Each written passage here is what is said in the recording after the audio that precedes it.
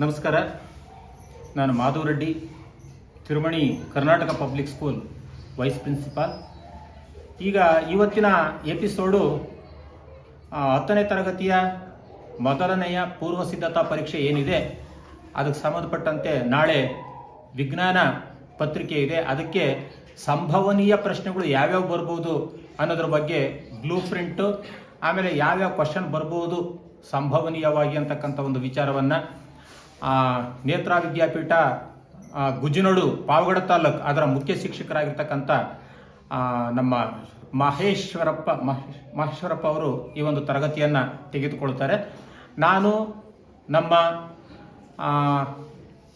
Pavagada BO ಕಚೇರಿ ಏನಿದೆ ಅದರ ಪರವಾಗಿ, ಆಮೇಲೆ ಪಾವಗಡ ತಾಲೂಕು ಪ್ರೌಢಶಾಲಾ ಮುಖ್ಯ ಶಿಕ್ಷಕರ ಪರವಾಗಿ, ಆಮೇಲಿದ್ದ ಸಹ ಶಿಕ್ಷಕರ ಪರವಾಗಿ ತುಂಬು ಹೃದಯದ ಸ್ವಾಗತವನ್ನು ಸದರಿ ಶಿಕ್ಷಕರಿಗೆ ಕೋರ್ತಾ ಈ ಒಂದು ತರಗತಿಯನ್ನು ಅವರಿಗೆ ಬಿಟ್ಕೊಡ್ತಾ ಇದ್ದೀನಿ. ನಮಸ್ಕಾರ. ನಮಸ್ತೆ ಸರ್. ನಮಸ್ತೆ ಸರ್. ಸ್ವಲ್ಪ ಫಾಸ್ಟ್ ಮಾಡಿ ಅಂತ. ಎಲ್ರಿಗೂ ನಮಸ್ಕಾರ. ಪಾವಗಡ ತಾಲೂಕಿನ ಎಲ್ಲ ಅನುದಾನಿತ ಸರ್ಕಾರಿ ಮತ್ತು ಅನುದಾನ ರಹಿತ ಶಾಲೆಗಳಲ್ಲಿ ಏನು SSLC ಪೂರ್ವ ಸಿದ್ಧತಾ ಪರೀಕ್ಷೆ 1-2026 ಬರೀತಕ್ಕಂತಹ ಎಲ್ಲ ನನ್ನ ವಿದ್ಯಾರ್ಥಿಗಳಿಗೆ ಒಳ್ಳೆಯದಾಗಲಿ ಅಂತ ಆಶಿಸುತ್ತಾ, ಇಂದಿನ ಸಂಚಿಕೆಯಲ್ಲಿ ವಿಜ್ಞಾನ ವಿಷಯದಲ್ಲಿ ನಾವು ಬ್ಲೂ ಪ್ರಿಂಟ್ ಆಧಾರಿತ ಸಂಭವನೀಯ ಪ್ರಶ್ನೆಗಳು ಯಾವ್ಯಾವ ಬರ್ತವೆ ಅಂತಕ್ಕಂಥದ್ದನ್ನು ನಿಮಗೆ ತಿಳಿಸ್ಕೊಡ್ತಕ್ಕಂಥ ಪ್ರಯತ್ನವನ್ನು ಮಾಡ್ತಾ ಇದ್ದೇನೆ. ನೋಡಿ ಮಕ್ಕಳೇ, ಬಹುತೇಕ ಈಗ ನಿಮ್ಮ ಯೂಟ್ಯೂಬ್ ಲೈವ್ ಚಾನಲಲ್ಲಿ ನೀವೇನು ವೀಕ್ಷಿಸುತ್ತಿದ್ದೀರಾ, ನಿಮ್ಮ ಜೊತೆಗೆ ಬಹುತೇಕ ಪೋಷಕರು ಕೂಡ ಇರ್ತಾರೆಂದು ಭಾವಿಸುತ್ತಾ ನನ್ನ ಪೋಷಕರಿಗೆ ಒಂದು ಕಿವಿ ಮಾತನ್ನು ಹೇಳ್ತಾ ಇದ್ದೇನೆ. ಮಕ್ಕಳನ್ನು ಆಸ್ತಿ ಮಾಡಿ ಅವರಿಗೆ ಆಸ್ತಿಯನ್ನು ಮಾಡೋದು ಬೇಡ, ಮಕ್ಕಳನ್ನೇ ಆಸ್ತಿಯನ್ನಾಗಿ ಮಾಡೋಣ ಅಂತ ತಿಳಿಸುತ್ತಾ, ನಿಮ್ಮ ಮಕ್ಕಳ ಭವಿಷ್ಯ ನಿಮ್ಮ ಪೋಷಕರ ಕೈಲಿದೆ, ಜೊತೆಗೆ ನಾವು ಕೂಡ ಅದಕ್ಕೆ ಸಹಕರಿಸ್ತೀವಿ ಅಂತ ಹೇಳ್ತಾ, ಇಂದಿನ ಒಂದು ವಿಜ್ಞಾನದಲ್ಲಿ ಘಟಕವಾರು ಬ್ಲೂ ಪ್ರಿಂಟ್ ಆಧಾರವನ್ನು ಇಟ್ಕೊಂಡು ಯಾವ ರೀತಿ ಪ್ರಶ್ನೆಗಳು ಬರಬಹುದು ಮತ್ತು ಬ್ಲೂ ಪ್ರಿಂಟಲ್ಲಿ ಯಾವ್ಯಾವ ಘಟಕಕ್ಕೆ ಏನು ವೆಯ್ಟೇಜ್ ಕೊಟ್ಟಿದ್ದಾರೆ ಅಂತಕ್ಕಂಥದ್ದನ್ನು ನಾನು ವಿವರವಾಗಿ ತಿಳಿಸ್ಕೊಡ್ತಕ್ಕಂಥ ಪ್ರಯತ್ನವನ್ನು ಮಾಡ್ತಾ ಇದ್ದೇನೆ. ಈಗ ಮೊದಲನೇದಾಗಿ ಏನು ಕೆಮಿಕಲ್ ರಿಯಾಕ್ಷನ್ ಆ್ಯಂಡ್ ಈಕ್ವೇಷನ್ಸ್ ಇದೆ, ರಾಸಾಯನಿಕ ಕ್ರಿಯೆಗಳು ಮತ್ತು ಸಮೀಕರಣಗಳು. ಈ ಘಟಕವನ್ನು 4 ಅಂಕಗಳಿಗೆ ನಿರ್ಧರಿಸಲಾಗಿದೆ. 1 ಅಂಕದ ಒಂದು ಮಲ್ಟಿಪಲ್ ಚಾಯ್ಸ್ ಕ್ವಶನ್ ಇರ್ತದೆ. ಅದೇ ರೀತಿಯಾಗಿ 3 ಅಂಕದ ಒಂದು ಪ್ರಶ್ನೆ. ಒಟ್ಟು ಈ ಘಟಕದಲ್ಲಿ 2 ಪ್ರಶ್ನೆಗಳನ್ನು ಕೇಳಲಾಗುತ್ತದೆ. ಒಟ್ಟು ಅಂಕ 4. ಅದೇ ರೀತಿಯಾಗಿ ಆಮ್ಲ ಮತ್ತು ಪ್ರತ್ಯಾಮ್ಲಗಳು ಮತ್ತು ಲವಣಗಳು, ಆಸಿಡ್ಸ್, ಬೇಸಸ್ ಆ್ಯಂಡ್ ಸಾಲ್ಟ್ಸ್ ಏನಿದೆ ಅದರಲ್ಲಿ ಒಟ್ಟು 6 ಅಂಕಗಳಿಗೆ ಘಟಕವನ್ನು ನಿರ್ಧರಿಸಲಾಗಿದೆ. ಮಲ್ಟಿಪಲ್ ಚಾಯ್ಸ್ ಕ್ವಶನ್ 1 ಅಂಕದ ಪ್ರಶ್ನೆ 2 ಅಂಕದ ಪ್ರಶ್ನೆ 1 ಮತ್ತು 3 ಅಂಕದ ಪ್ರಶ್ನೆ 1. ಒಟ್ಟು ಈ ಘಟಕದಲ್ಲಿ ಬರ್ತಕ್ಕಂಥ ಪ್ರಶ್ನೆಗಳು 3 ಪ್ರಶ್ನೆಗಳಾಗಿರ್ತದೆ. ಒಟ್ಟು ಘಟಕದ ವೆಯ್ಟೇಜ್ 6 ಮಾರ್ಕ್ಸ್ ಆಗಿರ್ತದೆ. ನಂತರ ಲೋಹಗಳು ಮತ್ತು ಅಲೋಹಗಳು ಘಟಕದಲ್ಲಿ ಒಟ್ಟು 7 ಅಂಕಗಳನ್ನು ನಿರ್ಧರಿಸಲಾಗಿದೆ. ಇದರಲ್ಲಿ ಮಲ್ಟಿಪಲ್ ಚಾಯ್ಸ್ ಕ್ವಶನ್ಸು 2 ಅಂಕದ ಪ್ರಶ್ನೆ 1 ಮತ್ತು 3 ಅಂಕದ ಪ್ರಶ್ನೆ 1. ಒಟ್ಟು 4 ಪ್ರಶ್ನೆಗಳನ್ನು 7 ಅಂಕಗಳಿಗೆ ನಿಗದಿಪಡಿಸಲಾಗಿದೆ. ಮುಂದಿನ ಘಟಕ ಕಾರ್ಬನ್ ಮತ್ತು ಅದರ ಸಂಯುಕ್ತಗಳು, ಕಾರ್ಬನ್ ಆ್ಯಂಡ್ ಇಟ್ಸ್ ಕಾಂಪೌಂಡ್ಸ್. ಇಲ್ಲಿ ಒಟ್ಟು ಇದು ಅತ್ಯಂತ ದೊಡ್ಡ ಘಟಕ. ಇದರಲ್ಲಿ ನಾವು ಸರಳವಾಗಿ ಸುಲಭವಾಗಿ ಹೆಚ್ಚು ಅಂಕಗಳನ್ನು ಗಳಿಸ್ತಕ್ಕಂಥ ಒಂದು ಘಟಕವಾಗಿದೆ. 8 ಅಂಕಗಳು, ಒಟ್ಟು 3 ಬರ್ತವೆ ವಿಜ್ಞಾನ ವಿಷಯದಲ್ಲಿ, ಅದರಲ್ಲಿ ಇದು 1. ಇಲ್ಲಿ ಮಲ್ಟಿಪಲ್ ಚಾಯ್ಸ್ ಕ್ವಶನ್ಸ್ 2 ಅಂಕದ ಪ್ರಶ್ನೆ 1 ಮತ್ತು 4 ಅಂಕದ ಪ್ರಶ್ನೆ 1. ಒಟ್ಟು 4 ಪ್ರಶ್ನೆಗಳನ್ನು ಈ ಘಟಕದಿಂದ ಕೇಳಲಾಗುತ್ತದೆ. ಮುಂದಿನ ಘಟಕ ಜೀವಕ್ರಿಯೆಗಳು. ಇದು ಒಂದು ದೊಡ್ಡ ಘಟಕ. ಇದರಲ್ಲಿಯೂ ಕೂಡ ಬಹಳ ಸರಳವಾಗಿ ಮಕ್ಕಳು ಅಂಕಗಳನ್ನು ಗಳಿಸಲಿಕ್ಕೆ ಇದು ಬಹಳಷ್ಟು ಸಹಕಾರಿಯಾಗಿದೆ. ಇದರಲ್ಲಿ ಒಟ್ಟು 4 ಪ್ರಶ್ನೆಗಳಿರ್ತದೆ. ಮಲ್ಟಿಪಲ್ ಚಾಯ್ಸ್ ಕ್ವಶನ್ನು 2 ಇರ್ತದೆ, 2 ಅಂಕದ ಪ್ರಶ್ನೆ 1 ಇರ್ತದೆ ಮತ್ತು 4 ಅಂಕದ ಪ್ರಶ್ನೆ 1. ಒಟ್ಟು 4 ಪ್ರಶ್ನೆಗಳನ್ನು ಈ ಘಟಕದಿಂದ ಕೇಳಲಾಗುತ್ತದೆ. ಹಾಗೆಯೇ ಮುಂದಿನ ಘಟಕ ನಿಯಂತ್ರಣ ಮತ್ತು ಸಹಭಾಗಿತ್ವ, ಕಂಟ್ರೋಲ್ ಆ್ಯಂಡ್ ಕೋಆರ್ಡಿನೇಷನ್. ಈ ಘಟಕಕ್ಕೆ 6 ಅಂಕಗಳನ್ನು ನಿಗದಿಪಡಿಸಲಾಗಿದೆ. ಇದರಲ್ಲಿ 1 ಅಂಕದ ಮಲ್ಟಿಪಲ್ ಚಾಯ್ಸ್ 1, ಆನಂತರ 2 ಅಂಕದ ಪ್ರಶ್ನೆ 1, 3 ಅಂಕದ ಪ್ರಶ್ನೆ 1. ಒಟ್ಟು 3 ಪ್ರಶ್ನೆಗಳನ್ನು ಈ ಘಟಕದಲ್ಲಿ ಕೇಳಲಾಗುತ್ತದೆ. ನೆಕ್ಸ್ಟ್ ಜೀವಿಗಳು ಹೇಗೆ ಸಂತಾನೋತ್ಪತ್ತಿಯನ್ನು ನಡೆಸುತ್ತವೆ ಅಂತಕ್ಕಂಥ ಘಟಕದಲ್ಲಿ 7 ಅಂಕಗಳಿಗೆ ಇಲ್ಲಿ ನಿಗದಿಪಡಿಸಲಾಗಿದೆ. ಈ 7 ಅಂಕಗಳಲ್ಲಿ 3 ಪ್ರಶ್ನೆಗಳನ್ನು ಕೇಳಲಾಗುತ್ತದೆ. ಅವುಗಳೆಂದರೆ ಮಲ್ಟಿಪಲ್ ಚಾಯ್ಸ್ ಕ್ವಶನ್ 2 ಅಂಕಕ್ಕೆ ಮತ್ತು 5 ಅಂಕದ ಒಂದು ಪ್ರಶ್ನೆಯನ್ನು ಈ ಘಟಕಕ್ಕೆ ನಿರ್ಧರಿಸಲಾಗಿದೆ. ನೋಡಿ, ಇದೇ ಘಟಕದಲ್ಲಿ ನಾವು ಜೀವಶಾಸ್ತ್ರದಲ್ಲಿ ಈ ವರ್ಷ 5 ಅಂಕಕ್ಕೆ ನಿಗದಿಪಡಿಸಲಾಗಿದೆ.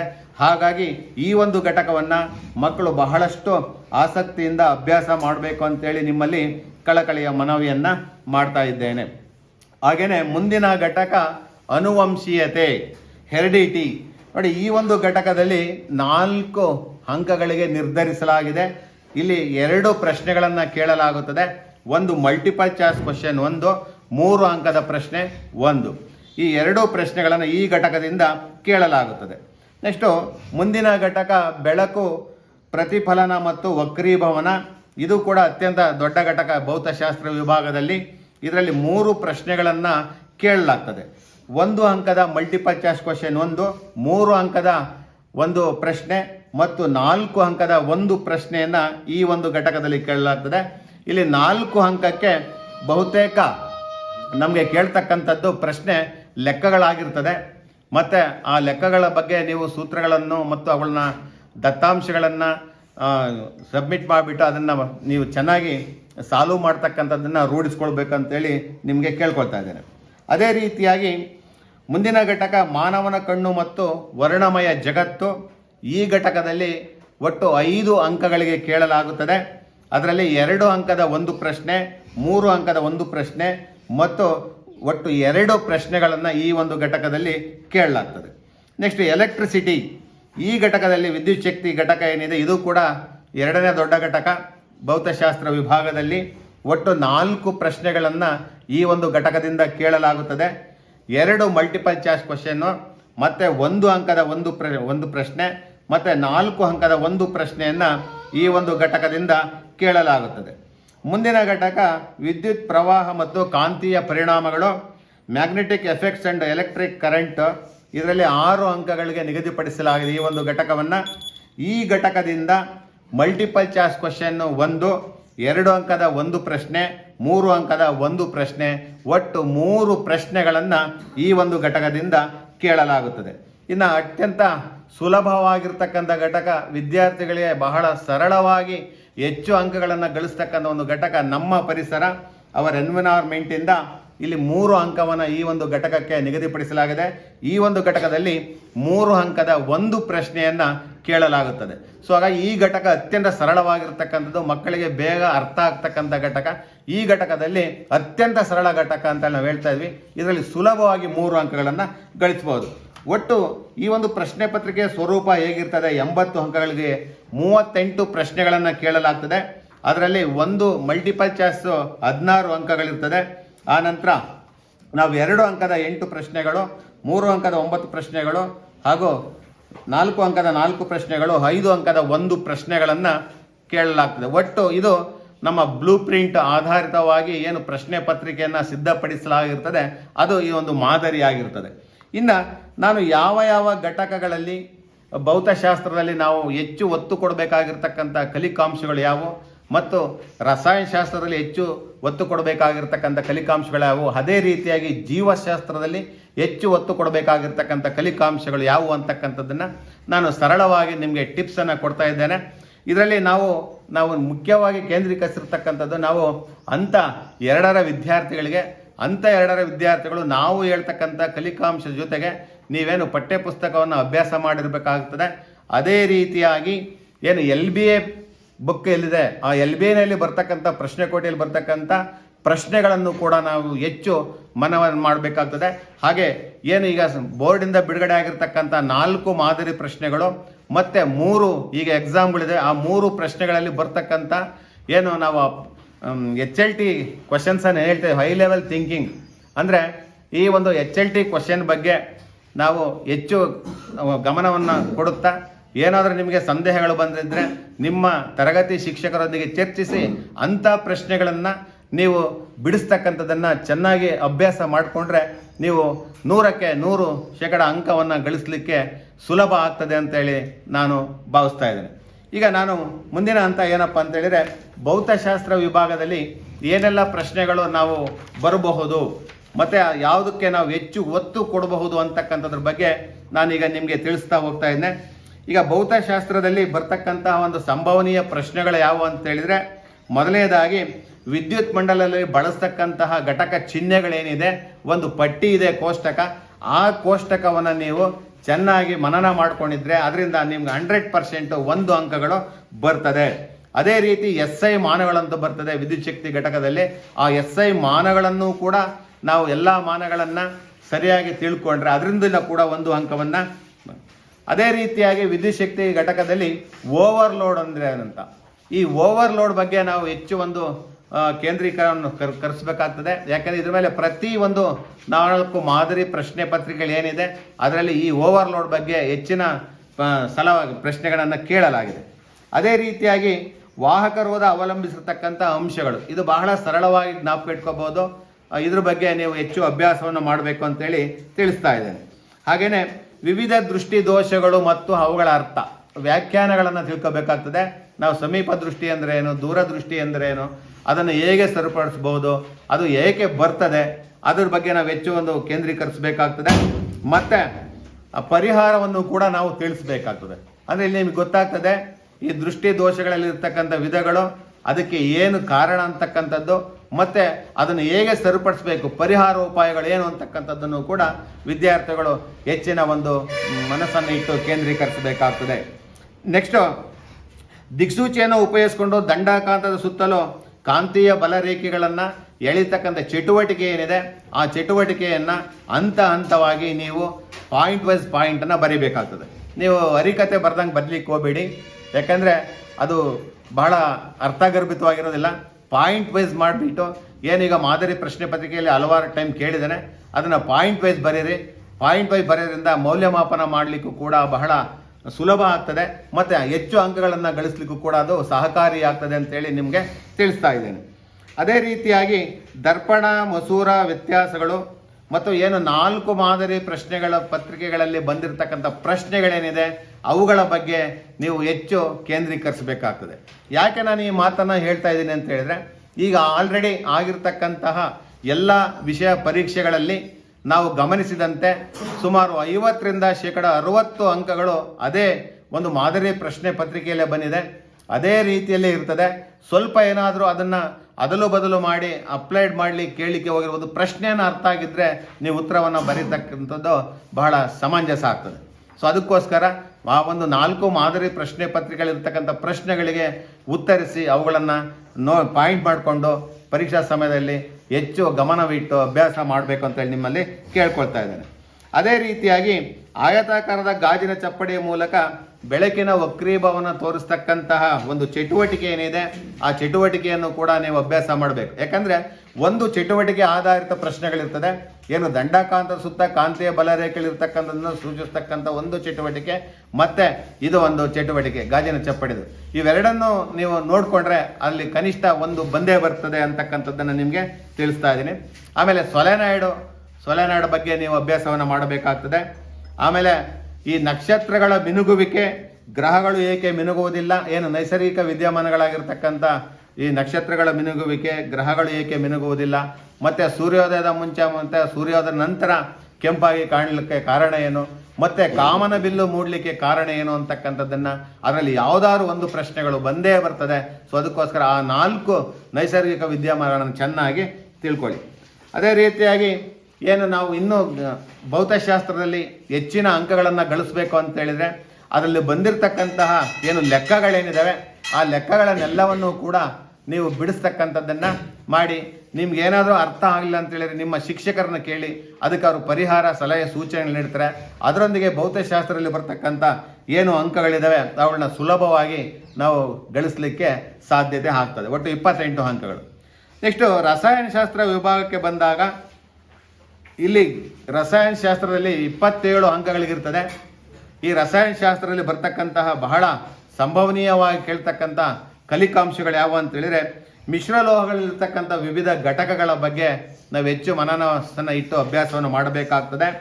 ಮತ್ತು ಏನು ಲವಣಗಳು ಲವಣಗಳಲ್ಲಿ ಇರ್ತಕ್ಕಂಥ ಚೆಲುವೆ ಪುಡಿ, ವಾಷಿಂಗ್ ಸೋಡಾ, ಅಡಿಗೆ ಸೋಡಾ ಮತ್ತು ಏನು ಪ್ಲಾಸ್ಟರ್ ಆಫ್ ಪ್ಯಾರಿಸ್ ಇವುಗಳೆಲ್ಲ ಅಣುಸೂತ್ರಗಳನ್ನು ಮತ್ತು ಅವುಗಳನ್ನು ಹೇಗೆ ತಯಾರಿಸ್ತಾರೆ ಮತ್ತು ಅವುಗಳ ಉಪಯೋಗಗಳು ಏನು ಅಂತಕ್ಕಂಥದ್ದನ್ನು ಕೂಡ ನಾವು ಹೆಚ್ಚು ಗಮನವನ್ನು ಇಟ್ಟು ಅಭ್ಯಾಸವನ್ನು ಮಾಡಬೇಕಾಗ್ತದೆ. ನೆಕ್ಸ್ಟು ಸೋಡಿಯಂ ಕ್ಲೋರೈಡ್ ಮತ್ತು ಮೆಗ್ನೀಷಿಯಂ ಕ್ಲೋರೈಡಲ್ಲಿ ಅಯಾನಿಕ ಬಂಧಗಳು ಹೇಗೆ ಉಂಟಾಗ್ತವೆ, ಇದರಲ್ಲಿ 100% ಒಂದಿದ್ದೇ ಇರ್ತದೆ. ಅಯಾನಿಕ ಬಂಧದ ಹೇಗೆ ಉಂಟಾಗ್ತದೆ ಸೋಡಿಯಂ ಕ್ಲೋರೈಡಲ್ಲಿ ಮತ್ತು ಮೆಗ್ನೀಷಿಯಂ ಕ್ಲೋರೈಡಲ್ಲಿ ಅಂತಕ್ಕಂಥದ್ದು 2 ಮಾರ್ಕ್ಸ್ಗೆ. ಇದನ್ನು ಗ್ಯಾರಂಟಿ ಹೆಚ್ಚು ನೀವು ಗಮನವಿಟ್ಟು ಅಭ್ಯಾಸವನ್ನು ಮಾಡಬೇಕು ಅಂತೇಳಿ ನಿಮಗೆ ಕೇಳ್ಕೊಳ್ತಾ ಇದ್ದೇನೆ. ಅದೇ ರೀತಿಯಾಗಿ ಅದರಲ್ಲಿ ಚುಕ್ಕಿ ರಚನೆಯನ್ನು ಕೂಡ ನಾವು ಅಭ್ಯಾಸ ಮಾಡಬೇಕಾಗ್ತದೆ. ಜೊತೆಗೆ ಇಂಗಾಲದ ಸಂಯುಕ್ತಗಳಲ್ಲಿ ಬರ್ತಕ್ಕಂತಹ ಎಲ್ಲ ಅಣುಸೂತ್ರಗಳು ಮತ್ತು ರಚನಾ ಸೂತ್ರಗಳ ಬಗ್ಗೆ ನೀವು ಚೆನ್ನಾಗಿ ಅಭ್ಯಾಸ ಮಾಡಬೇಕು. ಅದರಲ್ಲಿಯೂ ಕೂಡ ಏನು ಐಸೋಬ್ಯೂಟೇನು, ನಾರ್ಮಲ್ ಬ್ಯೂಟೇನು ಅವುಗಳ ಬಗ್ಗೆ ಜಾಸ್ತಿ, ಆಮೇಲೆ ಬೆಂಜೀನನ ರಚನಾ ಸೂತ್ರ ಇವುಗಳ ಬಗ್ಗೆ ನಾವು ಹೆಚ್ಚು ಪ್ರಾಕ್ಟೀಸನ್ನು ಮಾಡಬೇಕು. ಅದರಲ್ಲಿ 100% ಯಾವುದಾದ್ರು ಒಂದು ಪ್ರಶ್ನೆ ಇದ್ದೇ ಇರ್ತದೆ. ಜೊತೆಗೆ ಏನು ಎಸ್ಟರೀಕರಣ ಇದೆ, ಸಾಬೂನು ಮತ್ತು ಮಾರ್ಜಗಳ ಬಗ್ಗೆ ಎಸ್ಟರೀಕರಣವನ್ನು ಕೂಡ ನೀವು ಚೆನ್ನಾಗಿ ಅಭ್ಯಾಸವನ್ನು ಮಾಡಬೇಕಾಗ್ತದೆ. ಅಲ್ಲಿ ಸಾಬೂನು ಹೇಗೆ ಸ್ವಚ್ಛಗೊಳಿಸ್ತದೆ, ಸಾಬೂನು ಸ್ವಚ್ಛಗೊಳಿಸ್ಬೇಕಾದ್ರೆ, ಪರಿಣಾಮಕಾರಿ ಸ್ವಚ್ಛಗೊಳಿಸ್ಬೇಕಾದ್ರೆ ನೀರು ಹೇಗೆ ಮುಖ್ಯ ಅಂತಕ್ಕಂಥದ್ದನ್ನು ಅದು ನೀವು ಚೆನ್ನಾಗಿ ಅಭ್ಯಾಸ ಮಾಡಬೇಕಾಗ್ತದೆ. ಅದೇ ರೀತಿಯಾಗಿ ಈ ಒಂದು ರಸಾಯನಶಾಸ್ತ್ರ ವಿಭಾಗದಲ್ಲಿ 4 ಒಂದು ಮಾದರಿ ಪ್ರಶ್ನೆ ಪತ್ರಿಕೆಗಳೇನಿದೆ, ಆ ಪ್ರಶ್ನೆ ಪತ್ರಿಕೆಗಳಲ್ಲಿ ಬರ್ತಕ್ಕಂಥ ಎಲ್ಲ ಸಮೀಕರಣಗಳನ್ನು ನೀವು ಒಂದು ಕಡೆ ಪಟ್ಟಿ ಮಾಡ್ಕೊಳ್ಳಿ. ಒಂದು ಕಡೆ ಪಟ್ಟಿ ಮಾಡಿಕೊಂಡು ಅವುಗಳನ್ನು ಹೆಚ್ಚು ಮನಸ್ಸನ್ನು ಕೇಂದ್ರೀಕರಿಸಿ ಆ ರಾಸಾಯನಿಕ ಸಮೀಕರಣಗಳನ್ನು ಸರಿದೂಗಿಸ್ತಕ್ಕಂತಹ ಒಂದು ರೂಢಿಯನ್ನು ಮಾಡ್ಕೊಳ್ಳಿ. ಸುಲಭವಾಗಿ ಇಲ್ಲಿ 2 ಅಂಕಗಳನ್ನು ನಾವು ಗಳಿಸಬಹುದಾಗಿದೆ. ಅಂದರೆ ಸಮೀಕರಣವನ್ನು ಬರೆಯೋದಿರ್ಬೋದು ಮತ್ತು ಸಮೀಕರಣವನ್ನು ಸರಿದೂಗಿಸೋದಿರ್ಬೋದು. ಇದರಿಂದ ನಾವು ಸುಲಭವಾಗಿ ಅಂಕಗಳನ್ನು ಗಳಿಸಲಿಕ್ಕೆ ಸಾಧ್ಯತೆ ಆಗ್ತದೆ. ಅದೇ ರೀತಿಯಾಗಿ ಏನು ಕ್ರಿಯಾ ಗುಂಪುಗಳು ಬರ್ತದೆ, ಆ ಕ್ರಿಯಾ ಗುಂಪುಗಳೆಂದ್ರೇನು, ಯಾವ್ಯಾವಕ್ಕೆ ಏನೇನು ಆಲ್ಡಿಹೈಡ್ಗೆ ಯಾವುದು ಉಪಯೋಗಿಸ್ತದೆ, ಆಲ್ಕೋಹಾಲ್ಗೆ ಯಾವುದು, ಅದರ ಮೇಲೆ ರಚನಾ ಸೂತ್ರವನ್ನು ಕೇಳ್ತಕ್ಕಂಥ, ಈಗ ಫಾರ್ ಎಕ್ಸಾಂಪಲ್ ಆಲ್ಕೋಹಾಲ್ ಪ್ರೊಫೆನಾಲ್ ಅಂತ ಕೇಳಬಹುದು. ಅವಾಗ ಅದರ ಒಂದು ಅಣುಸೂತ್ರ ಮತ್ತು ರಚನಾ ಸೂತ್ರವನ್ನು ಬರಲಿಕ್ಕೆ ನಿಮಗೆ ಬರಬೇಕಾಗ್ತದೆ. ಸೊ ಅದಕ್ಕೋಸ್ಕರ ಪ್ರತಿಯೊಂದು ಕ್ರಿಯಾ ಗುಂಪುಗಳ ಒಂದು ಸೂತ್ರಗಳನ್ನು ತಿಳ್ಕೊಂಡಿರಿ. ಅದರ ಮೇಲೆ ಬರ್ತಕ್ಕಂತಹ ಪ್ರಶ್ನೆಗಳಿಗೆ ನಾವು ಸುಲಭವಾಗಿ ಉತ್ತರಿಸಲಿಕ್ಕೆ ಸಾಧ್ಯತೆ ಆಗ್ತದೆ. ಅದೇ ರೀತಿಯಾಗಿ ಪರ್ಯಾಪ್ತ ಹೈಡ್ರೋಕಾರ್ಬನ್ ಮತ್ತು ಅಪರ್ಯಾಪ್ತ ಹೈಡ್ರೋಕಾರ್ಬನ್ಗಳಿಗಿರ್ತಕ್ಕಂಥ ವ್ಯತ್ಯಾಸಗಳನ್ನು ಕೂಡ ನಾವು ಹೆಚ್ಚು ಜೊತೆಗೆ ಅಷ್ಟಲ್ಲೇ ಆ ಒಂದು ಏನು ನಮಗೆ ಕೊಟ್ಟಿರ್ತಕ್ಕಂತಹ ಒಂದು LBA ಬುಕ್ಕಲ್ಲಿ ಬರ್ತಕ್ಕಂಥ ಹೆಚ್ಚು ಅಂಕಗಳನ್ನು ಗಳಿಸ್ಬೇಕಂದ್ರೆ ಎಲ್ಲ ವ್ಯತ್ಯಾಸಗಳನ್ನು ಹೆಚ್ಚು ಮನಸ್ಸನ್ನು ಇಟ್ಟು ಅಭ್ಯಾಸವನ್ನು ಮಾಡಬೇಕಾಗ್ತದೆ. ಅದೇ ರೀತಿಯಾಗಿ ಈ ಕಮಟುವಿಕೆ, ಥರ್ಮೈಟ್ ಕ್ರಿಯೆ, ತಟಸ್ಥೀಕರಣ ಅಂದರೆ ಏನು, ಇದು ಏಕೆ ಆಗ್ತದೆ, ಇವುಗಳನ್ನ ತಡೆಗಟ್ಟತಕ್ಕಂಥ ವಿಧಾನಗಳೇನು ಅಂತಕ್ಕಂಥದ್ರ ಬಗ್ಗೆನೂ ನಾವು ಹೆಚ್ಚು ಒತ್ತು ಕೊಟ್ಟು ಅಭ್ಯಾಸವನ್ನು ಮಾಡಬೇಕಾಗ್ತದೆ. ಆನಂತರ ಈ ರಸಾಯನಶಾಸ್ತ್ರದಲ್ಲಿ ಬರ್ತಕ್ಕಂತಹ ಕೆಲವೊಂದು ವೈಜ್ಞಾನಿಕ ಕಾರಣಗಳು, ಈಗ ತುಕ್ಕು ಹಿಡಿಯಲು ಕಾರಣವೇನು, ಅದನ್ನು ಹೇಗೆ ನಾವು ರಕ್ಷಣೆ ಮಾಡ್ಬೋದು, ಕಮಟುವಿಕೆ ಏನು ಕಾರಣ, ಅದನ್ನು ಹೇಗೆ ರಕ್ಷಣೆ ಮಾಡ್ಕೋಬೋದು, ಈ ರೀತಿ ಕಾರಣಗಳನ್ನು ಮತ್ತು ಅದಕ್ಕೆ ಪರಿಹಾರೋಪಾಯಗಳನ್ನು ಕೂಡ ನಾವು ತಿಳ್ಕೋಬೇಕಾಗ್ತದೆ. ಅದೇ ರೀತಿಯಾಗಿ ಏನು ನಾವು ಯಾವ್ಯಾವ ಆಹಾರದಲ್ಲಿ ಯಾವ್ಯಾವ ರೀತಿಯಾಗಿರ್ತಕ್ಕಂತಹ ಆಮ್ಲಗಳಿದ್ದಾವೆ, ಮತ್ತು ಏನು pH ಪಟ್ಟಿ ಏನಿದೆ, pH ಪಟ್ಟಿ ಮೇಲೆ ಬರ್ತಕ್ಕಂಥ ಪ್ರಶ್ನೆಗಳೇನು, ಆನಂತರ ಲೋಹಗಳ ಒಂದು ಏನು ಕ್ರಿಯಾಶೀಲತೆಯ ಆಧಾರದ ಮೇಲೆ ಏರಿಕೆ ಮತ್ತು ಇಳಿಕೆ ಕ್ರಮದಲ್ಲಿ ಬರ್ತಕ್ಕಂಥ ಒಂದು ಪದ್ಧತಿಯನ್ನು ಕೂಡ ನಾವು ಗುರುತಿಸ್ತಕ್ಕಂಥದ್ದನ್ನು ಕಲಿಬೇಕು ಅಂತೇಳಿ ಕೇಳ್ಕೊಳ್ತಾ ಇದ್ದೇನೆ. ಇನ್ನು ಕೊನೆಯದಾಗಿ ಜೀವಶಾಸ್ತ್ರದಲ್ಲಿ 28 ಅಂಕಗಳಿಗೆ ಜೀವಶಾಸ್ತ್ರವನ್ನು ಕೇಳಲಾಗ್ತದೆ. ಈ ಒಂದು ಬಯಾಲಜಿನಲ್ಲಿ ಬರ್ತಕ್ಕಂತಹ ನಾವು ಕಂಪಲ್ಸರಿಯಾಗಿ ಅಭ್ಯಾಸ ಮಾಡಲೇಬೇಕಾಗಿರ್ತಕ್ಕಂತಹ ಒಂದು ಕಲಿಕಾಂಶಗಳನ್ನು ನಾನು ನಿಮಗೆ ತಿಳಿಸ್ಲಿಕ್ಕೆ ಇಚ್ಛೆ ಪಡ್ತಾ ಇದ್ದೇನೆ. ಮೊದಲನೆಯದಾಗಿ ಸಸ್ಯಗಳಲ್ಲಿ ಕಂಡು ಬರ್ತಕ್ಕಂಥ ವಿವಿಧ ಅನುವರ್ತನೆಗಳು, ಈಗ ಏನು ಜಲಾನುವರ್ತನೆ, ಗುರುತ್ವಾನುವರ್ತನೆ, ರಾಸಾಯನಿಕ ಅನುವರ್ತನೆ ಬರ್ತವೆ. ಆ ಅನುವರ್ತನೆಯ ಮೇಲೆ 100% ಒಂದು ಪ್ರಶ್ನೆ ಇರ್ತದೆ, ಬಹಳ ಸರಳವಾಗಿರ್ತಕ್ಕಂಥದ್ದು. ಅದಕ್ಕೆ ನೀವು ಹೆಚ್ಚು ಗಮನವಿಟ್ಟು ಅಭ್ಯಾಸವನ್ನು ಮಾಡಬೇಕು ಅಂತೇಳಿ ಕೇಳ್ಕೊಳ್ತಾ ಇದ್ದೇನೆ. ಅದೇ ರೀತಿಯಾಗಿ ಮಾನವನಲ್ಲಿ ಕಂಡು ಬರ್ತಕ್ಕಂಥ ವಿವಿಧ ಹಾರ್ಮೋನುಗಳು ಮತ್ತು ಅವುಗಳ ಕಾರ್ಯ, ಅವುಗಳನ್ನು ನಾವು ಹೆಚ್ಚು ವಿಶೇಷ ಒತ್ತು ಕೊಟ್ಟು ಅಭ್ಯಾಸ ಮಾಡಬೇಕಾಗ್ತದೆ. ಇದರಲ್ಲಿ ಕನಿಷ್ಠ ಯಾವುದಾದ್ರು 2 ಮಾರ್ಕ್ಸ್ಗೆ ಪ್ರಶ್ನೆಗಳು ಕೇಳಲಾಗ್ತದೆ, ಹಾರ್ಮೋನುಗಳು ಮತ್ತು ಅವುಗಳ ಕಾರ್ಯಗಳ ಬಗ್ಗೆ. ಅದೊಂದು. ಮುಂದೆ ಸಸ್ಯ ಹಾರ್ಮೋನುಗಳು ಮತ್ತು ಅವುಗಳ ವಿಧಗಳು, ಅವು ಯಾವ್ಯಾವ ಏನೇನಕ್ಕೆ, ಈಗ ಫಾರ್ ಎಕ್ಸಾಂಪಲ್ ನಮಗೆ ಏನು ಬೆಳವಣಿಗೆ ಹಾರ್ಮೋನ್, ಸಸ್ಯದ ಬೆಳವಣಿಗೆ ಕಾರಣವಾಗಿರ್ತಕ್ಕಂಥ ಹಾರ್ಮೋನ್ ಯಾವುದು, ಸಸ್ಯದ ಬೆಳವಣಿಗೆ ಕುಂಠಿತವಾಗಿರ್ತಕ್ಕಂಥ ಹಾರ್ಮೋನು ಯಾವುದು, ಅದೇ ರೀತಿಯಾಗಿ ಹಣ್ಣು ಮತ್ತು ಕಾಯಿಗಳು ಮಾಗಲಿಕ್ಕೆ ಮತ್ತು ಅವುಗಳಿಗೆ ಉಪಯೋಗಿಸ್ತಕ್ಕಂತಹ ಈ ಸಸ್ಯ ಹಾರ್ಮೋನುಗಳು ಯಾವುದು ಅಂತಕ್ಕಂಥದ್ದನ್ನು ನೀವೆಲ್ಲ ಶಾರ್ಟ್ಸ್ ನೋಟ್ ಮಾಡಿಕೊಂಡು ಇಟ್ಕೊಂಡು ಹೆಚ್ಚು ಒತ್ತು ಕೊಟ್ಟು ಅಭ್ಯಾಸವನ್ನು ಮಾಡೋದ್ರ ಮುಖಾಂತರ ಹೆಚ್ಚು ಅಂಕಗಳನ್ನು ಗಳಿಸ್ಬೋದು ಅಂತೇಳಿ ನಿಮ್ಮಲ್ಲಿ ತಿಳಿಸ್ತಾ ಇದ್ದೇನೆ. ಅದೇ ರೀತಿಯಾಗಿ ಮಾನವನ ಜೀರ್ಣಕ್ರಿಯೆಯಲ್ಲಿ ಸಹಕರಿಸ್ತಕ್ಕಂಥ ವಿವಿಧ ಕಿಣ್ವಗಳು ನೋಡಿ. ಈಗ ಉದಾಹರಣೆಗೆ ನಾವು ಚಿತ್ರಾಧಾರಿತ ಪ್ರಶ್ನೆಯಲ್ಲಿ ಭಾಗಗಳನ್ನು ಕೇಳಿ ಅವುಗಳ ಕಾರ್ಯಗಳನ್ನು ಕೇಳಬಹುದು, ಅಥವಾ ಕಿಣ್ವಗಳ ಕಾರ್ಯಗಳನ್ನು ಕೇಳಬಹುದು, ಈ ರೀತಿಯಾಗಿರ್ತದೆ. ಹಾಗಾಗಿ ಮಾನವನಲ್ಲಿ ಇರ್ತಕ್ಕಂಥ ವಿವಿಧ ಕಿಣ್ವಗಳ ಕಾರ್ಯಗಳನ್ನು ಕೂಡ ನಾವು ಹೆಚ್ಚು ಒತ್ತು ಕೊಟ್ಟು ಅಭ್ಯಾಸ ಮಾಡಬೇಕಾಗ್ತದೆ. ನೆಕ್ಸ್ಟು ಏನು ಅಲೈಂಗಿಕ ರೀತಿಯ ಸಂತಾನೋತ್ಪತ್ತಿ ಯೋಜನೆ, ಯಾಕಂದ್ರೆ ಇಲ್ಲಿ ನಾವು 5 ಅಂಕಕ್ಕೆ ಈ ಒಂದು ಘಟಕವನ್ನು ನಿರ್ಧರಿಸಿದ ಆಗಿದ್ದರಿಂದ ಇದರಲ್ಲಿ ಅಲೈಂಗಿಕ ರೀತಿಯ ಸಂತಾನೋತ್ಪತ್ತಿಯ ವಿಧಗಳು ಮತ್ತು ಉದಾಹರಣೆಗಳನ್ನು ಕೇಳಬಹುದಾಗಿದೆ. ಸೊ ಅದಕ್ಕೋಸ್ಕರ 5 ಅಂಕದ ಪ್ರಶ್ನೆ ಕೇಳಬೇಕಾಗಿರೋದ್ರಿಂದ ಆ ಒಂದು ಘಟಕಕ್ಕೆ ನಾವು ಹೆಚ್ಚು ಒತ್ತು ಕೊಟ್ಟು ಅಭ್ಯಾಸವನ್ನು ಮಾಡಬೇಕಾಗ್ತದೆ. ನಂತರ ಆಹಾರ ಸರಪಳಿಯಲ್ಲಿ ಬರ್ತಕ್ಕಂಥ ಆಹಾರ ಸರಪಳಿ ಅಂದ್ರೇನು, ಆಹಾರ ಜಾಲ ಎಂದರೇನು, ಜೈವಿಕ ಸಂವರ್ಧನೆ ಎಂದರೇನು, ಜೈವಿಕ ಸಂವರ್ಧನೆ ಹೇಗಾಗ್ತದೆ ಮತ್ತು ಇದರ ಆಹಾರ ಸರಪಳಿಯಲ್ಲಿ ಇದರ ಪರಿಣಾಮ ಹೇಗೆ ಉಂಟು ಮಾಡ್ತದೆ ಅಂತಕ್ಕಂಥದ್ದನ್ನು ಕೂಡ ನಾವು ಹೆಚ್ಚು ವಿಶೇಷ ಆಸಕ್ತಿಯಿಂದ ಅಭ್ಯಾಸವನ್ನು ಮಾಡಬೇಕಾಗ್ತದೆ. ಯಾಕಂದರೆ ನಿಮಗೆ ಪೋಷಣಾ ಸ್ತರದಲ್ಲಿ ಏನು ಶಕ್ತಿ ಅಂತಕ್ಕಂಥದ್ದು ಒಂದು ಸ್ತರದಿಂದ ಮತ್ತೊಂದು ಸ್ತರಕ್ಕೆ ಹೋಗುವಾಗ ಶಕ್ತಿ ಕಡಿಮೆ ಆಗ್ತದೆ, ಗೊತ್ತಾಯ್ತಾ. ಇದನ್ನು ನಾವು ಏನು ಪ್ರತಿಶತ 10 ನಿಯಮ ಅಂತ ಕರಿತಾ ಇದ್ವಿ. ಈ ಒಂದು ನಿಯಮದ ಮೇಲೆ ಒಂದು ಅಪ್ಲೈಡ್ ಪ್ರಶ್ನೆಯನ್ನು ನಾನು ಕ್ವಶನ್ ಮಾದರಿ ಪ್ರಶ್ನೆ ಪತ್ರಿಕೆಯಲ್ಲಿ ನೋಡಿದಾಗ 2 ಸಾರಿ 3 ಸಾರಿ ಕೇಳಿದ್ದಾನೆ ಆ ಒಂದು ಆಹಾರ ಸರಪಳಿಯ ಬಗ್ಗೆನೇ, ಶಕ್ತಿಯ ಅರಿವಿನ ಬಗ್ಗೆನೇ. ಸೊ ಅದಕ್ಕೋಸ್ಕರ ಹೆಚ್ಚು ಅದನ್ನು ನೀವು ಪ್ರಶ್ನೆ ಪತ್ರಿಕೆಯಲ್ಲಿ ಇರ್ತಕ್ಕಂಥ ಪ್ರಶ್ನೆಗಳನ್ನು ಅಭ್ಯಾಸ ಮಾಡಿ ಅದನ್ನು ಯಾವ ರೀತಿ ಬಿಡಿಸ್ಬೇಕು ಅಂತಕ್ಕಂಥದ್ದನ್ನು ನೀವು ರೂಢಿಸ್ಕೋಬೇಕಂತೇಳಿ ಹೇಳ್ತಾ ಇದ್ದೇನೆ. ಅದೇ ರೀತಿಯಾಗಿ ಈ ಒಂದು ಓಜೋನ್ ಬಗ್ಗೆ, ಪರಿಸರದಲ್ಲಿ ಬರ್ತಕ್ಕಂಥ ಓಜೋನ್ ಹೇಗೆ ಉಂಟಾಗ್ತದೆ, ಓಜೋನ್ನ ಒಂದು ಕಾರ್ಯ ಏನು, ಇವತ್ತು ಓಜೋನ್ ಪದರ ಯಾಕೆ ಹಾಳಾಗ್ತದೆ, ಅದು ಹಾಳಾಗಲಿಕ್ಕೆ ಕಾರಣವಾಗಿರ್ತಕ್ಕಂಥ ರಾಸಾಯನಿಕ ಯಾವುದು, ಆ ಒಂದು ವಿಷಯವಾಗಿ ನೀವು ಹೆಚ್ಚು ಒತ್ತನ್ನು ನೀಡಬೇಕು ಅಂತೇಳಿ ತಿಳಿಸ್ತಾ ಇದ್ದೇನೆ. ಅದೇ ರೀತಿಯಾಗಿ ಕಾಯಜ ಸಂತಾನೋತ್ಪತ್ತಿಯಿಂದ ಆಗ್ತಕ್ಕಂಥ ಅನುಕೂಲತೆಗಳೇನು. ಈಗ ನಾವು ಅಲೈಂಗಿಕ ರೀತಿಯ ಸಂತಾನೋತ್ಪತ್ತಿಯಲ್ಲಿ ಕಾಯಜ ರೀತಿಯ ಸಂತಾನೋತ್ಪತ್ತಿಯು ಕೂಡ ಒಂದು. ಇವತ್ತು ಕೃಷಿ ಕ್ಷೇತ್ರದಲ್ಲಿ ಈ ಒಂದು ಕಾಯಜ ರೀತಿಯ ಸಂತಾನೋತ್ಪತ್ತಿ ನಮಗೆ ಒಂದು ವರದಾನ. ಯಾಕೆಂದರೆ ಅತ್ಯಂತ ಕಡಿಮೆ ಸಮಯದಲ್ಲಿ ಹೆಚ್ಚಿನ ಸಂಖ್ಯೆಯ ಸಸ್ಯಗಳನ್ನು ನಾವು ವೃದ್ಧಿ ಮಾಡಬಹುದಾಗಿದೆ ಮತ್ತು ಹೆಚ್ಚಿನ ಇಳುವರಿಯನ್ನು ಪಡೆಯಬಹುದಾಗಿದೆ. ಸೊ ಅದಕ್ಕೋಸ್ಕರ ಇದರ ಮೇಲೆ ಪ್ರಶ್ನೆಗಳು ಬಂದೇ ಬರ್ತದೆ. ಸೊ ಅದಕ್ಕೋಸ್ಕರ ಕಾಯಜ ರೀತಿಯ ಸಂತಾನೋತ್ಪತ್ತಿ ಅನುಕೂಲತೆಗಳನ್ನು ನೀವು ಅಭ್ಯಾಸ ಮಾಡಬೇಕಾಗ್ತದೆ. ಆನಂತರ ಈ ಋತುಚಕ್ರದ ಬಗ್ಗೆ ಪ್ರಶ್ನೆಗಳು ಇರ್ತದೆ. ಅಂಡವು ಫಲಿತಗೊಳ್ಳದಿದ್ರೆ ಏನಾಗ್ತದೆ, ಅಂಡ ಅಕಸ್ಮಾತ್ ಬಿಡುಗಡೆ ಆಗಿರ್ತಕ್ಕಂಥ ಅಂಡ ಅದು ನಿಷೇಚನ ಆಗಿ ಫಲಿತಗೊಳ್ಳಿಲ್ಲ ಅಂದರೆ ಏನಾಗ್ತದೆ ಮುಂದೆ ಅಂತಕ್ಕಂಥದ್ರ ಮೇಲೂ ಕೂಡ ಪ್ರಶ್ನೆಗಳು ಬರ್ತದೆ. ಆಮೇಲೆ ಗರ್ಭಧಾರಣೆಯನ್ನು ತಡೆಗಟ್ಟತಕ್ಕಂತಹ ವಿಧಗಳು ಯಾವ್ಯಾವ ವಿಧಾನಗಳನ್ನು ಅನುಸರಿಸಿ ಗರ್ಭಧಾರಣೆಯನ್ನು ತಡೆಗಟ್ಟಬಹುದು ಅನ್ನೋದು ಕೂಡ ಅದರ ಮೇಲೆ ಪ್ರಶ್ನೆಗಳನ್ನು ಕೇಳಲಾಗ್ತದೆ. ಅದೇ ರೀತಿಯಾಗಿ ಈ ಒಂದು ನಿಷೇಚನ ಅಥವಾ ಯುಗ್ಮಜ ಅಥವಾ ಜರಾಯುಗಳ ಕಾರ್ಯಗಳ ಬಗ್ಗೆಯೂ ಕೂಡ ಪ್ರಶ್ನೆಗಳನ್ನು ಕೇಳಲಾಗ್ತದೆ. ಇನ್ನೊಂದು 100% ಮೋಸ್ಟ್ ಲೈಕ್ಲಿ ಕ್ವಶನ್ ಅಂತ ಏನು ಹೇಳ್ತೀವಿ, ಅದರಲ್ಲಿ ಮಾನವನ ಲಿಂಗ ನಿರ್ಧಾರಣೆ ಅದು ಗಂಡು ಮಗುವಿಗೆ ಹೇಗೆ ಉಂಟಾಗುತ್ತದೆ, ಹೆಣ್ಣು ಮಗು ಹೇಗೆ, ಎರಡನ್ನೂ ಕೇಳ್ಬೋದು. ಈಗ ಅತಿ ಹೆಚ್ಚಿನ ಸಂಖ್ಯೆಯಲ್ಲಿ ಕೇಳಿರ್ತಕ್ಕಂಥದ್ದು ಗಂಡು ಮಗುವಿನ ಲಿಂಗ ನಿರ್ಧಾರಣೆ ಹೇಗೆ ಆಗುತ್ತದೆ ಅಂತಕ್ಕಂಥ ಜಾಸ್ತಿ ಇದೆ. ಒಂದು ಪತ್ರಿಕೆಯಲ್ಲಿ ಮಾತ್ರ ಹೆಣ್ಣು ಮಗುವಿನ ಲಿಂಗ ನಿರ್ಧಾರಣೆ ಹೇಗೆ ಆಗ್ತದೆ ಅಂತ ಕೇಳಿದರೆ, ಸೊ ಅದಕ್ಕೋಸ್ಕರ ಅದು ಯಾವುದನ್ನ ಕೇಳಿ, ಗಂಡಿಂದನ ಕೇಳಿ, ಹೆಣ್ಣು ಲಿಂಗ ನಿರ್ಧಾರಣೆ ಕೇಳಿ, ಯಾವುದು ಕೇಳಿದರೂ ಕೂಡ ಬರಲಿಕ್ಕೆ ನಾವು ಸಶಕ್ತರಾಗಬೇಕಾಗ್ತದೆ. ಹಾಗೆಯೇ ಕೇಂದ್ರ ನರವ್ಯೂಹ ಮತ್ತು ಪರಿಧಿ ನರವ್ಯೂಹ ಏನಿದೆ ಅದಕ್ಕೆ ಇರ್ತಕ್ಕಂಥ ವ್ಯತ್ಯಾಸಗಳನ್ನು ಮತ್ತು ಅದರ ಒಂದು ಮಾರ್ಗಗಳನ್ನು ಕೂಡ ಯಾವ್ಯಾವ ರೀತಿಯಾಗಿ ಸ್ಟೆಪ್ ಬೈ ಸ್ಟೆಪ್ ನಾವು ಅಭ್ಯಾಸವನ್ನು ಮಾಡಬೇಕಾಗ್ತದೆ. ಜೊತೆಗೆ ಝೈಲಮ್ ಮತ್ತು ಫ್ಲೋಯಮ್ ವಿವಿಧ ಅಂಗಾಂಶಗಳೇನಿದೆ, ಶಾಶ್ವತ ಸಂಕೀರ್ಣ ಅಂಗಾಂಶಗಳಾಗಿರ್ತಕ್ಕಂಥ ಝೈಲಮ್ ಮತ್ತು ಫ್ಲೋಯಮ್ಗಳು ಹೇಗೆ ಸಸ್ಯಗಳಲ್ಲಿ ಕಾರ್ಯವನ್ನು ನಿರ್ವಹಣೆ ಮಾಡ್ತವೆ, ಅವುಗಳ ಒಂದು ವ್ಯತ್ಯಾಸಗಳನ್ನು ಕೂಡ ನಾವು ಅಭ್ಯಾಸವನ್ನು ಮಾಡಬೇಕಾಗ್ತದೆ.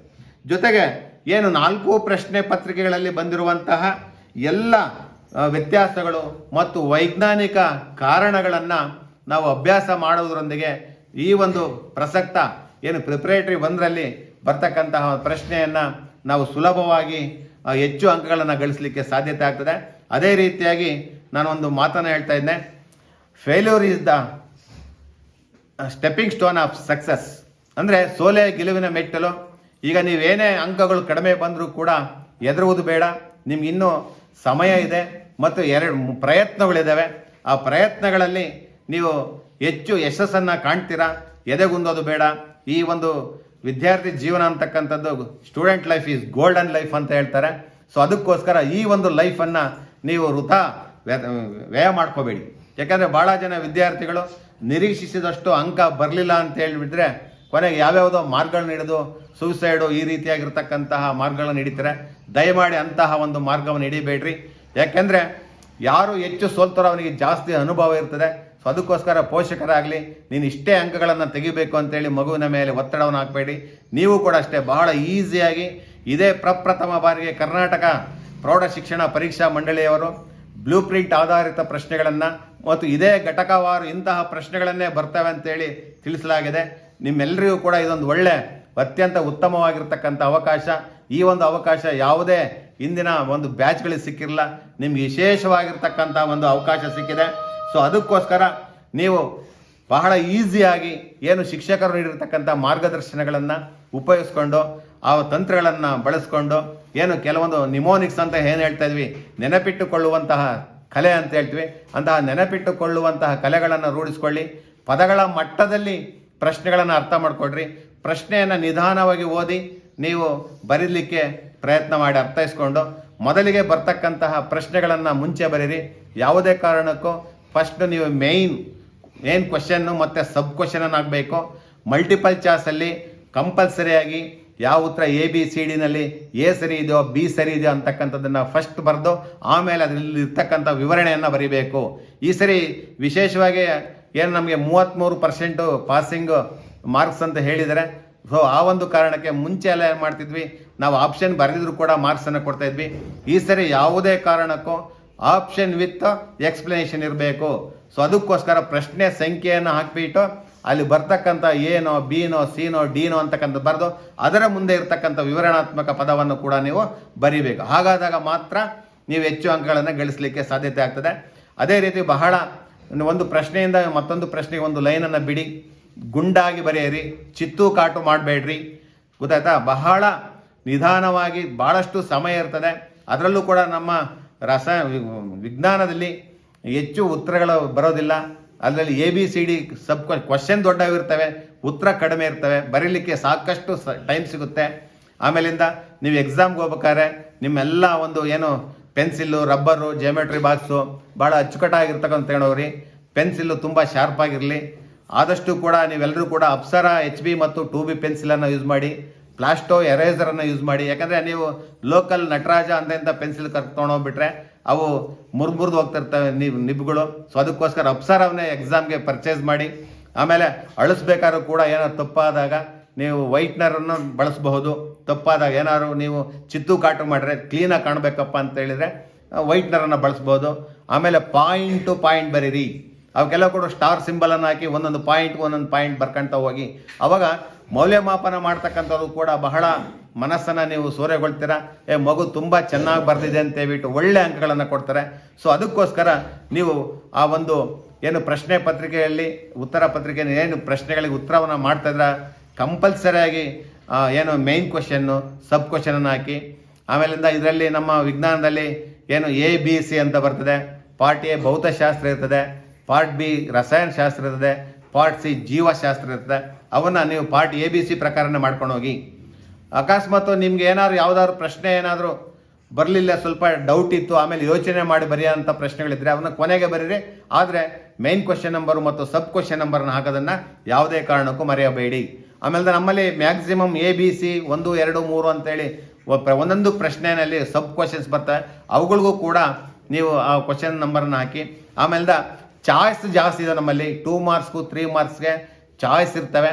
ಚಾಯ್ಸ್ ಇದ್ದಾಗ ನೀವು ಯಾವ ಚಾಯ್ಸಲ್ಲಿ ಎರಡರೂ ಬರೆಯೋಕೋಬೇಡಿ, ಟೈಮ್ ಎಷ್ಟಾಗುತ್ತೆ, ಮಾರ್ಕ್ಸ್ ಬರೋದಿಲ್ಲ. ಅಥವಾ ಅಂತ ಫಸ್ಟೇ AB ಇದ್ದಾಗ 2 ಬರೀರಿ, ಅದರಲ್ಲಿ 1 ಬಂತು, ಇನ್ನೊಂದರಲ್ಲಿ 1 ಬರ್ತದೆ, ಅವಾಗ 2 ಬರೆದ್ರೆ 2 ಸೇರಿ ನಮಗೆ ಫುಲ್ ಮಾರ್ಕ್ಸ್ ಬರ್ತದೆ ಅಂದ್ಕೋಬೇಡಿ. ಅಲ್ಲಿ ಚಾಯ್ಸ್ ಇರೋದೊಂದೇ. ಫಸ್ಟ್ನೇದು ಅದರಲ್ಲಿ AB ಇದ್ದಾಗ ಅದಕ್ಕೆ ಯಾವುದು ಹೆಚ್ಚು ಅಂಕವನ್ನು ನನಗೆ ಹೆಚ್ಚು ಚೆನ್ನಾಗಿ ಬರ್ತದೆ ಅಂತಕ್ಕಂಥದ್ದು ಬಹಳ ಮುಖ್ಯ. ಸೊ ಹಾಗಾಗಿ ಆ ಒಂದು AB ಹೆಚ್ಚು ಅಂಕಗಳು ಬರ್ತಕ್ಕಂಥವನ್ನ ಬರೀರಿ. ಸುಮ್ಮನೆ ವೃಥಾ 2 ಚಾಯ್ಸ್ ಕ್ವಶನನ್ನು ಕೂಡ ಅಟೆಂಡ್ ಮಾಡೋಕ್ಕೋಗ್ಬೇಡ್ರಿ. ಅದರಿಂದ ನಿಮಗೆ ಸಮಯದ ಕೊರತೆನೂ ಕೂಡ ಆಗ್ತದೆ, ಮಾರ್ಕ್ಸು ಕೂಡ ನಾವು ಟ್ಯಾಬ್ಯುಲೇಷನ್ ಮಾಡಬೇಕಾದ್ರೆ ಭಾಳಷ್ಟು ಸಮಸ್ಯೆ ಆಗ್ತದೆ. ಸೊ ಅದಕ್ಕೋಸ್ಕರ ಚಾಯ್ಸಲ್ಲಿ ಯಾವುದು ಹೆಚ್ಚು ಅಂಕ ಬರ್ತದೋ ಆ ಪ್ರಶ್ನೆಗೆ ಒತ್ತು ಕೊಟ್ಟು ಬರೀತಕ್ಕಂಥದ್ದನ್ನು ಮಾಡಿ. ಚಿತ್ರಗಳನ್ನು ಮುದ್ದಾಗಿ ಬರೆಯಿರಿ. ಗೊತ್ತಾಯ್ತು, ಅದಕ್ಕೊಂದು ಆಕಾರ ಇರಲಿ, ಗೊತ್ತಾಯ್ತು, ನೋಡಿದ ತಕ್ಷಣ ಇದು ಮೆದುಳು, ಇದು ಹೃದಯ ಅಂತಕ್ಕಂಥ ರೀತಿಯಲ್ಲಿ ಇರಬೇಕು. ಆ ರೀತಿ ಬರೀ ಸುಮ್ಮನೆ ಎಡ್ಡಾದೆಡಿಯಾಗಿ ಹೆಂಗಂದಂಗೆ ಬರೀಲಿಕ್ಕೆ ಹೋಗಬೇಡಿ, ಮುದ್ದಾಗಿ ಬರೀರಿ, ಮನಸೂರೆಗೊಡ್ರಿ ಮೌಲ್ಯಮಾಪಕರನ್ನ ಅಂತ ಹೇಳ್ತಾ ಈ ಒಂದು ಪಾವಗಡ ತಾಲೂಕು ವಿಜ್ಞಾನ ಕೇಂದ್ರದ ಕಾರ್ಯದರ್ಶಿಯಾಗಿ ಮತ್ತು ಈ ಒಂದು ನಮ್ಮ ಪಾವಗಡ ತಾಲೂಕು ಮುಖ್ಯ ಶಿಕ್ಷಕರ ಸಂಘದ ಅಧ್ಯಕ್ಷರಾದ ಮಾಧವ್ ರೆಡ್ಡಿ ಅವರು ನನಗೊಂದು ಅವಕಾಶವನ್ನು ಕೊಟ್ಟರು, ಅವರಿಗೆ ವಂದನೆಗಳನ್ನು ಸಲ್ಲಿಸುತ್ತಾ, ಅದೇ ರೀತಿಯಾಗಿ ನಮ್ಮ BO ಮೇಡಮ್ರವರು, ನಮ್ಮ EOಗಳು, ECOಗಳು ಮತ್ತು ಎಲ್ಲ ಒಂದು ನಮ್ಮ ಇಲಾಖೆಯ ಸಿಬ್ಬಂದಿ ವರ್ಗಕ್ಕೆ ನನ್ನ ಅನಂತ ವಂದನೆಗಳನ್ನು ಅರ್ಪಿಸುತ್ತಾ ನನ್ನ ಈ ಒಂದು ಯೂಟ್ಯೂಬ್ ತರಗತಿಯನ್ನು ಮುಕ್ತಾಯಗೊಳಿಸ್ತೇನೆ. ಜೈ ಹಿಂದ್, ಜೈ ಕರ್ನಾಟಕ. ಇದುವರೆಗೂ ವಿಜ್ಞಾನಕ್ಕೆ ಸಂಬಂಧಪಟ್ಟಂತೆ ನೇತ್ರ ವಿದ್ಯಾಪೀಠ ಗುಜ್ಜುನೋಡು ಪಾವಗಡ ತಾಲೂಕು ಸದರಿ ಶಾಲೆಯ ಮುಖ್ಯ ಶಿಕ್ಷಕರಾಗಿದ್ದಂತಹ ಮಹೇಶ್ ಸರ್ ಅವರು ಪ್ರತಿಯೊಂದಕ್ಕೂ ಪ್ಲಾನ್ ಹಾಕ್ಕೊಂಡು ನಿಮ್ಮ ಮುಂದೆ ಇಟ್ಟಿದ್ದಾರೆ. ಸಂಭವನೀಯ ಪ್ರಶ್ನೆಗಳನ್ನ ಬ್ಲೂ ಪ್ರಿಂಟ್ ಅನುಸಾರ ತೆರೆದಿಟ್ಟಿದ್ದಾರೆ. ಅವರಿಗೆ ನಾನು ನಮ್ಮ ಪಾವಗಡ ತಾಲೂಕಿನ ಪ್ರೌಢಶಾಲಾ ಮುಖ್ಯೋಪಾಧ್ಯಾಯರ ಸಂಘದ ವತಿಯಿಂದ ತುಂಬು ಹೃದಯದ ಒಂದು ಅಭಿನಂದನೆಯನ್ನ ಸಲ್ಲಿಸ್ತಾ ಇದ್ದೀನಿ. ನಮಸ್ಕಾರ.